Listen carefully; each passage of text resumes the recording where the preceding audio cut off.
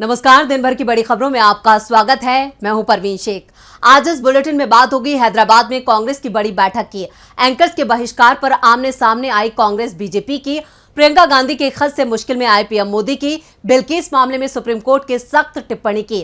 साथ ही देखेंगे जाने माने कार्टूनिस्ट इरफान की किस खबर पर पड़ी तिरछी नजर।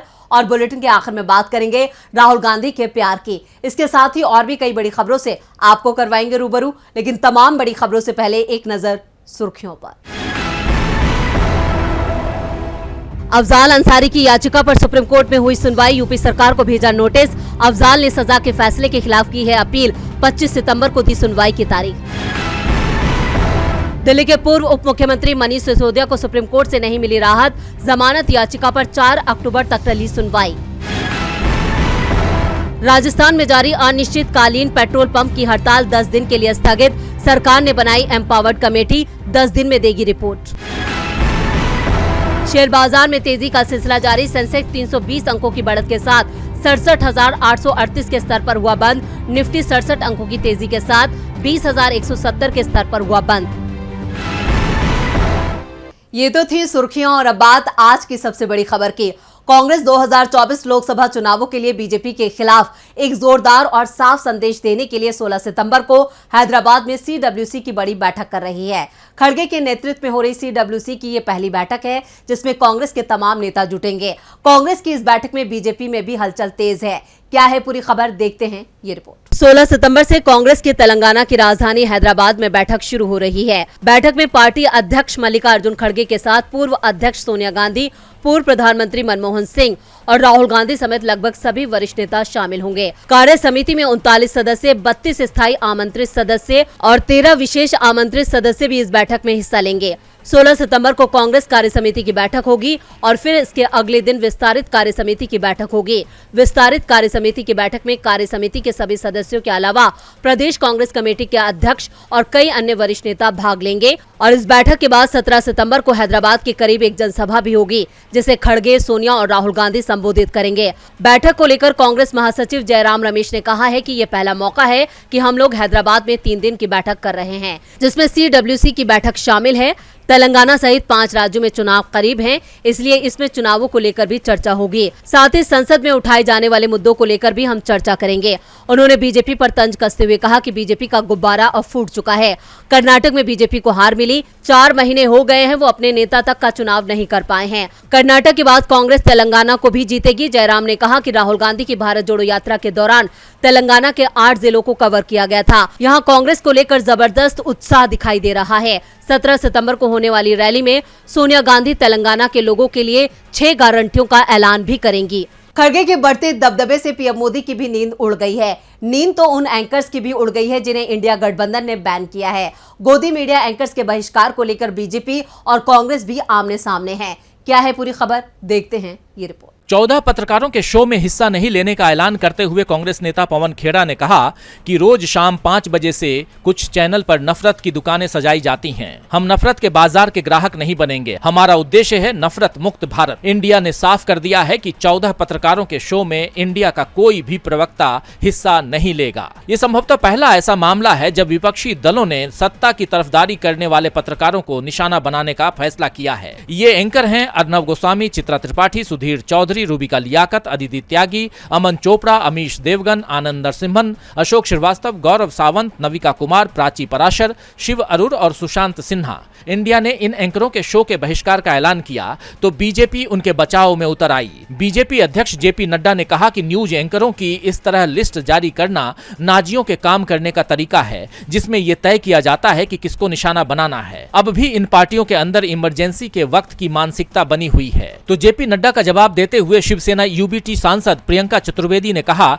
कि पिछले कई सालों से टीवी न्यूज़टेनमेंट मीडिया बराबरी का मौका देने से इनकार करता रहा। इंडिया ने अब ऐसे डिबेट शो में हिस्सा न लेने का तय किया है तो उन्हें प्रेस की आजादी की याद आने लगी है। गोदी मीडिया पर इंडिया के इस एक्शन से सबसे ज्यादा दर्द बीजेपी को हो रहा है। इधर हिमाचल के दर्द को प्रियंका गांधी ने एक खत के जरिए पीएम मोदी के साथ भी बांटा है। प्रियंका गांधी का एक खत इस वक्त खबरों में बना हुआ है। यह खत प्रियंका ने पीएम मोदी को लिखा है। अपने इस खत में उन्होंने पीएम मोदी का ध्यान हिमाचल प्रदेश की तरफ खींचा है। क्या है पूरी खबर, देखते हैं ये रिपोर्ट। हिमाचल प्रदेश में कांग्रेस की सरकार बनने के बाद से ऐसा लगता है कि पीएम मोदी ने अपना मुंह राज्य से फेर लिया है। पहाड़ी राज्य प्राकृतिक आपदा से जूझ रहा है, लेकिन पीएम मोदी ने राहत तो दूर संवेदना के 2 शब्द भी नहीं बोले। लेकिन आज कांग्रेस महासचिव प्रियंका गांधी ने चिंता व्यक्त करते हुए पीएम मोदी को खत लिखकर इस प्राकृतिक आपदा को राष्ट्रीय आपदा घोषित करने का आग्रह किया है। पत्र में प्रियंका वाड्रा ने ये भी लिखा है कि हिमाचल देवभूमि होने के साथ साथ सच्चे, सरल और मेहनती लोगों का प्रदेश है। हिमाचल की स्त्रियां, किसान, कर्मचारी, कारोबारी और युवा बहुत परिश्रमी और स्वाभिमानी हैं। आज की तारीख में वही लोग अभूतपूर्व संकट का सामना कर रहे हैं। आपको बता दें कि पिछले कई महीनों से हिमाचल प्रदेश बाढ़ और भूस्खलन की चपेट में रहा है, जिसके कारण आपदा में 400 से ज्यादा जानें जा चुकी हैं। राज्य में आई बाढ़ और भूस्खलन से भीषण विनाश हुआ है। पिछले दिनों में शिमला, कुल्लू मनाली और मंडी से आपदा पीड़ितों से मिली हर तरफ हुई तबाही को देखकर बहुत दुख हुआ। अब तक इस आपदा में 428 लोगों ने जान गंवाई है। कई ऐसे लोग हैं जिन्होंने अपने सभी परिजन इस आपदा में खो दिए हैं। प्रियंका गांधी ने साथ ही कहा है कि कांग्रेस हिमाचल का मुद्दा संसद में उठाएगी। आपको बता दें कि बीते बुधवार को प्रियंका गांधी ने हिमाचल का दौरा किया था। तब से ही वो हिमाचल में आई बाढ़ को राष्ट्रीय आपदा घोषित करने की मांग कर रही हैं।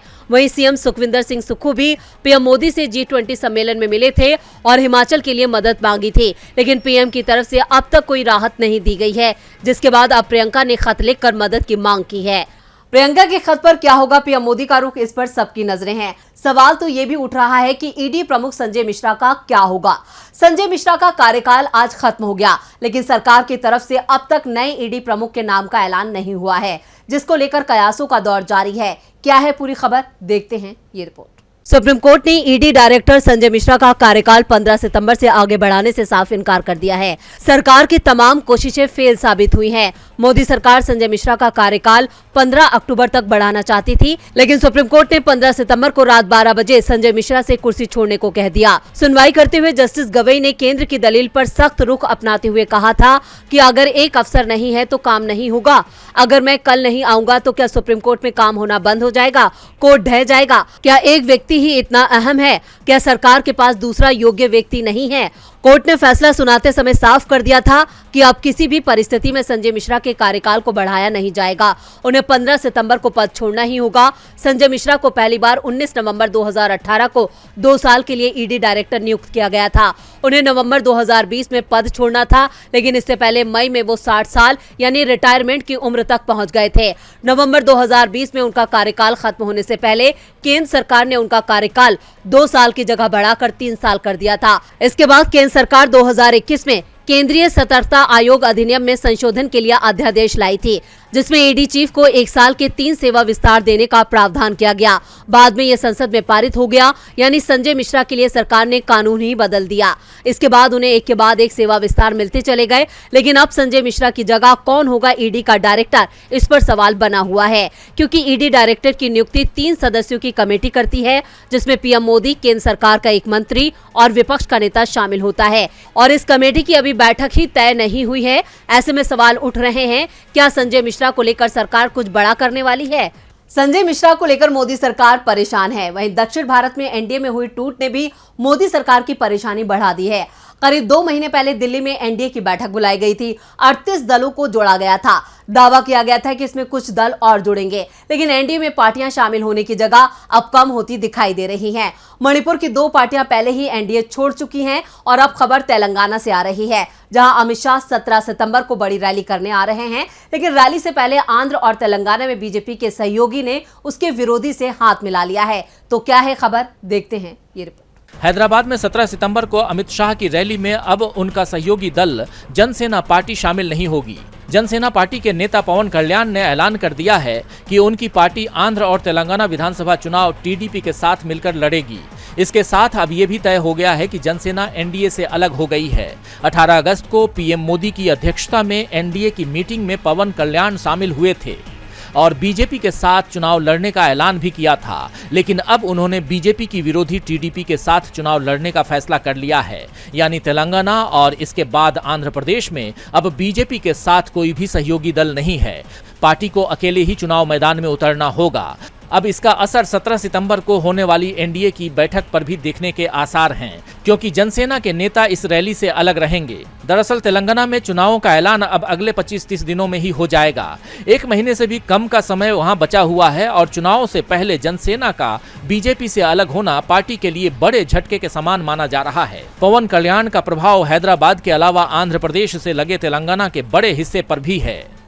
तेलंगाना के बाद देखते हैं कि जाने माने कार्टूनिस्ट इरफान की किस खबर पर पड़ी तिरछी नजर।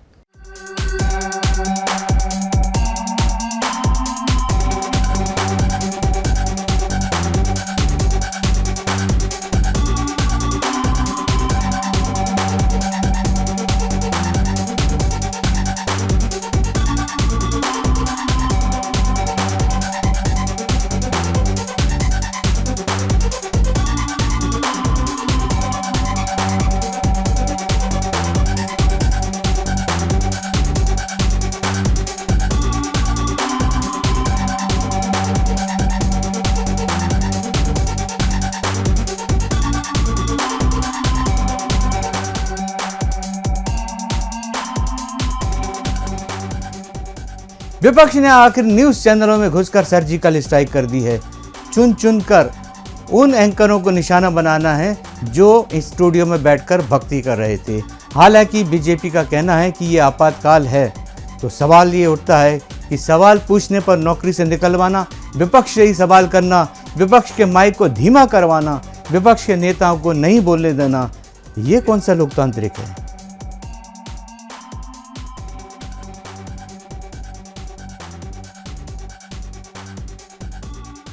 बहुत बहुत शुक्रिया इरफान जी। और बुलेटिन के आखिर में बात राहुल गांधी की। राहुल गांधी को जब से सुप्रीम कोर्ट से मानहानि मामले में राहत मिली है और उसके बाद उनकी संसद में वापसी हुई है, तब से यह सवाल बड़ी तेजी से उठ रहा है कि राहुल गांधी 2024 का चुनाव आखिर कहां से लड़ेंगे। इसके लिए देखते हैं ये report. Are you going to stay with us at Wayanad? You are. I love Wayanad. You will stay with us. Not doing that movie. Okay. Rahul Gandhi 2024 का चुनाव कहां से लड़ेंगे, इसका खुलासा इस वीडियो में हो गया है। ये वीडियो नीदरलैंड्स के लीडेन यूनिवर्सिटी का है, जहां राहुल ने एक कार्यक्रम को संबोधित किया था। इसके बाद राहुल से वहां के भारतीय समुदाय ने मुलाकात की और इसी दौरान एक लड़की ने पूछा कि क्या आप वायनाड में हमारे साथ बनी रहने वाली हैं? इस पर राहुल ने मुस्कुराते हुए जवाब दिया, हाँ, मैं वायनाड से प्यार करता हूँ। लड़की ने उनसे फिर पूछा कि आप हमारे साथ ही रहेंगे और कहीं नहीं जाएंगे? इस पर राहुल ने मुस्कुराते हुए हामी में सिर हिलाया। वायनाड को लेकर भारतीय लड़की का ये सवाल बता रहा है कि वायनाड के लोग राहुल से कितना प्यार करते हैं और राहुल ने भी बता दिया है कि वो वायनाड से कितना प्यार करते हैं।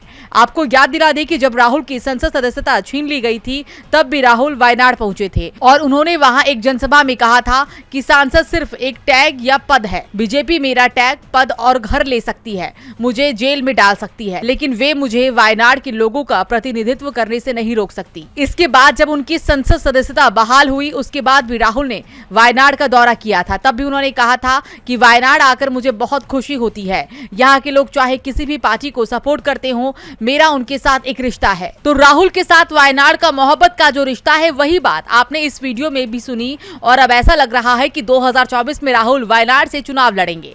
हालांकि यूपी कांग्रेस अध्यक्ष अजय राय ने संकेत दिए हैं कि राहुल अमेठी से चुनाव लड़ सकते हैं। अब अमेठी हो या वायनाड, राहुल की मोहब्बत की दुकान हर जगह खोलने वाली है और इसी से बीजेपी परेशान है। तो आज इस बुलेटिन में इतना ही। देखते रहिए डीबी लाइव। नमस्कार।